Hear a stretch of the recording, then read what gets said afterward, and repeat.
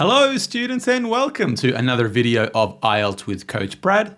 I am of course Coach Brad, and today I am going to give you 5 more tips to help you through the very difficult part 3 of the speaking test. In my last video, I also gave 5 tips, so make sure you watch that video and this video together, and that will really help you get through part 3 of the speaking test. If you enjoy my videos, make sure you like, share and subscribe, and if you have any questions, leave them in the comments section. So, let's begin! Okay, one option which you can do is decide whether you agree or disagree with what the question is actually asking. Often it will say in the question, to what extent do you agree, or do you feel, do you believe? And there is absolutely no problem if you disagree with what the question is stating. I have given you some suggestions here about how you can agree or disagree. Try to learn them all. It might also help you in the writing part of the IELTS test because they also ask you how much you agree or disagree with the question. So let's have a look at an example using my topic of summer. I don't really support the idea that everyone likes spending the summer outdoors, especially in countries where it's very hot all year round. For example, I don't think people in the middle of the Saudi Arabian desert want to spend the middle of a summer's day outside. That would be horrible. I completely agree with that. What could be better than calling your friend on a beautiful day and meeting at the cafe when the sun is shining and the air is cool? Another tip is to give your view. A lot of the questions in part 3 of the speaking test is really how you see the world, and people from different parts of the world will have different beliefs, different ideas than what you do. So you don't always want to just say, in my opinion. Sometimes what you are giving with your view is not quite the same as an opinion. If you ask me, to be honest, it seems that these are all ways in which you are showing what you think, even though you might not know 100% of the facts. Well, let's watch me do a couple of examples using the topic of space. It seems to me that space really sparks people's imagination. There are endless possibilities and people love to know what could be beyond our own planet.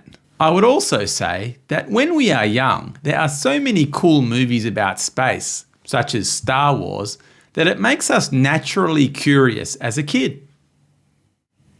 To be honest, if a country is already providing good healthcare and education, then I don't mind if they spend some of their budget on space research.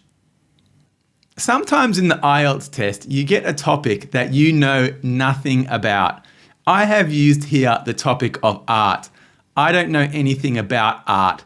Perhaps you are not an expert at sport and you get unlucky, and that is your topic in part 3 of the speaking test.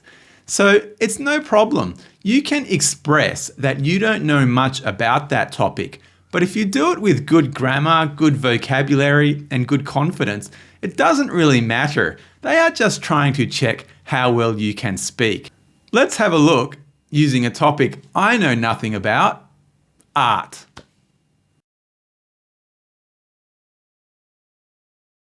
I'm not an expert on that topic because I'm not interested in art at all. In fact, I failed art in high school and I haven't bought a piece of artwork in my entire life. I have mixed feelings about that. I believe that artists are incredibly talented and I admire their skill. But like any product, if there is enough demand for it, the price will go up. So I'm not sure. Another good strategy which I like is for you to use your own personal experience to answer the question. Usually the questions will not necessarily be about you, but that doesn't mean that you can't apply what you have seen in your lifetime. You can look at some of my examples. I have noticed that in my experience from what I have seen. These are all good ways to show that you are answering the question from your view of the world. Just be careful not to make it all about you, because in part 3 of the speaking test, you need to generalize. For tips on how to generalize, make sure you watch my last video. Let's have a look at some examples of how I give my personal experience using the topic of sounds. I have noticed that people who sit on the beach seem so relaxed. Maybe it's from the sound of the waves crashing onto the beach. I can only speak from personal experience, but when I lived in a big city, I heard a lot of noise coming from trains, traffic, and sometimes people playing loud music late at night. And lastly, I hope it doesn't come to this, but there is a good chance you will get a question and you just don't understand what the question is asking. Maybe the vocabulary is difficult, maybe the grammar is challenging. This is not uncommon because the examiner is trying to test you to your absolute limits. I hope this doesn't happen in part 1 of the speaking test, but I'm sure it will at some point in part 3 of the speaking test, especially if you are in that IELTS band between maybe 4.5 and 6.5. So here are some options for you if you simply don't understand, because it's much better than just saying, I don't know, or even worse, saying nothing. So let me show you how to get through this difficult situation using the topic of farming.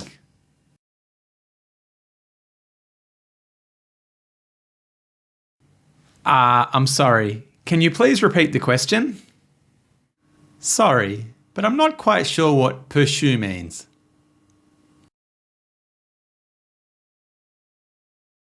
So that is the end of today's video. I will leave a screen for you to try these questions yourself, but just remember, practice, practice, practice. And I'll see you next time.